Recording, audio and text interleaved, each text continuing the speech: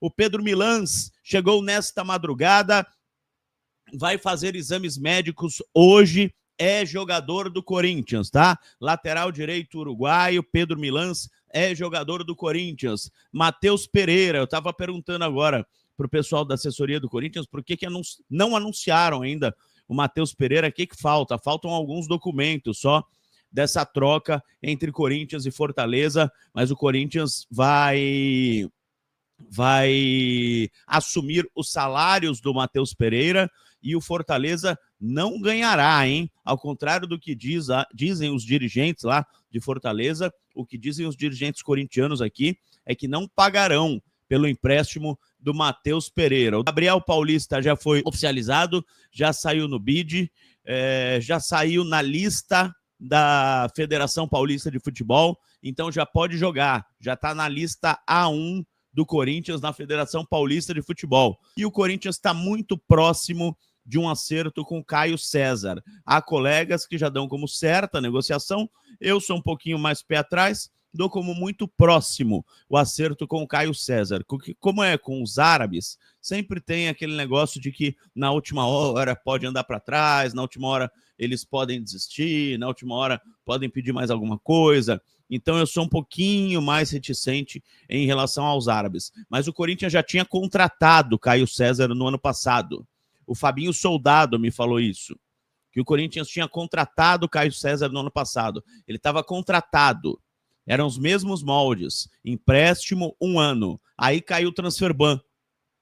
No meio da negociação, estava tudo certo para ele chegar. Ele viria para o Brasil, faria exame médico, assinaria. Logo depois do Vitinho, caiu o transferban. Aí o Corinthians não conseguiu contratar o Caio César. Então não é uma contratação de hoje, o Caio César, tá? É uma contratação que o Corinthians já tinha feito lá no ano passado e esse ano voltou e o Caio César quer jogar no Corinthians. Qual contratação que você mais gostou? Gabriel, Matheus Pereira, Pedro Milans ou Caio César? Assim, eu acho que eu gostei mais do Gabriel, pela necessidade como um todo. Os outros jogadores são jogadores que eu acho que não chegam com status de cara de titular, nem deles, mas com grande potencial de brigar, né? Então, eu acho que reforça muito nosso elenco, que é aquilo que nós sempre conversávamos, né? O Corinthians tem um bom time titular, né? Eu acredito que o time titular do Corinthians era bom, a gente tinha uma carência quando os titulares não estavam. O Corinthians fez uma sondagem pelo Cauã Diniz, assim como outros clubes fizeram sondagens para o Cauã Diniz. Imagina o presidente do América Mineiro ligando lá pro repórter lá, pro Paulo Paribe lá, repórter do América Mineiro, falando: Corinthians ligou pra gente, tá interessado no Cauã Diniz. Fala aí na tua rádio. Daí o Paulo Paribe lá, que é da rádio BH, o Corinthians interessado em Cauã Diniz. Só nisso aí o Cauã Diniz já valorizou 3 vezes, velho. Só aí ele já valorizou 3 vezes. Não tô falando que o Corinthians não vai contratar, tá? O Cauã Diniz. Mas essa notícia foi espalhada porque isso valoriza o jogador. E aí o time é que nem caramba, que o Corinthians queria contratar. Que nem o Mandaca, que o Corinthians queria contratar. Valorizou para 9 milhões de euros, não, de reais. Tô maluco essa hora da manhã. 9 milhões de reais por 60% dos direitos econômicos. Eles pediram 15 milhões de reais ao todo. Como o Corinthians tem 40%, 9 milhões pelos 60% dos direitos econômicos. Aí o Corinthians falou: não dá para pagar 9 milhões de reais pelo Mandaca, pelo amor de Deus. Aí é isso, o Cauã Diniz. O Corinthians se interessou, por enquanto. Nada mais do que isso. Pode avançar. Agora, se o presidente lá começar a querer valorizar o jogador, aí não dá. Belo, Savarino ainda tem chances de chegar no Timão? Esplêndido, eu acho muito difícil. É esse cara que o Dorival pediu. O Caio César pela esquerda. O cara que quebra linhas pela esquerda. O Wesley. Eu vou falar bem o nome. Wesley. O Corinthians quer um Wesley. Mais ou menos isso, Paribe. Boa.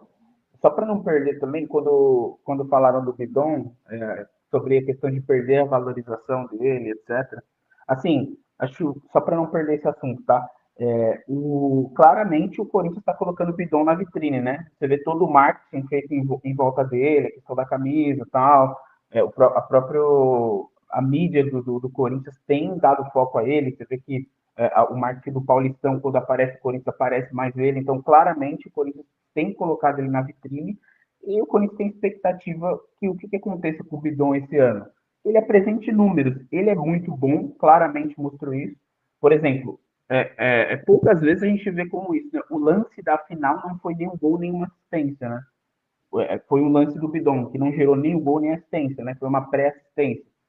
Mas, por mais que o scout da Europa não olhe só para números, o Bidon ainda precisa ser mais participativo em números para que o valor dele suba. E a expectativa do Corinthians para esse ano é de fato isso, que ele seja um cara mais participativo no quesito de assistência, de números em si.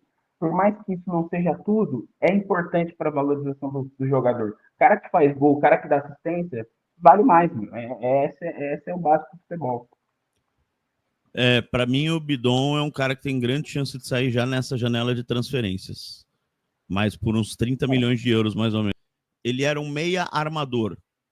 Aí ele foi vendido por causa daquela cavadinha que ele deu na Copa São Paulo, tal, que, né, acabou queimando o filme com a torcida. Foi para a Europa, passou por vários times europeus, foi parar no Barcelona B.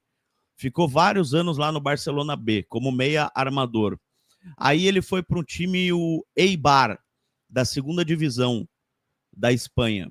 E no Eibar, o técnico falou, cara, você joga de volante. Você seria um bom volante. E colocou ele para ser volante. Ele foi 3 anos o melhor jogador do time. Virou capitão do time durante 3 anos como volante. Aí ele foi contratado pelo Fortaleza para ser volante. Então ele vem para o Corinthians provavelmente para ser volante e não meia no lugar do Garro. Ele sabe fazer. Ele começou a carreira assim. Se em algum dia o Garro machuca, o Matheus Pereira está no campo, o Dorival não quer mudar, não quer colocar outro jogador, o Matheus Pereira faz. Mas eu acredito que ele tenha sido contratado como volante, não como meia. Henrique, a tropa de elite volta contra o São Paulo. O Gin, eu acho que o Memphis não. Eu acredito que o Memphis não. O Garro e o Yuri, mais pro Yuri. Pro Garro eu também não sei, cara.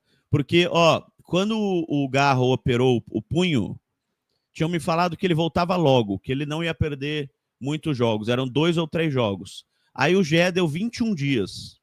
Ou seja, passaram 2 mensagens diferentes. Uma para mim e outra pro GE. E provavelmente 2 pessoas diferentes do departamento médico do Corinthians. Porque eu conversei com uma pessoa do departamento médico e o GE provavelmente conversou com outra pessoa do departamento médico. Então vamos ver se ele volta entre os 3 jogos e os 21 dias. Não sei.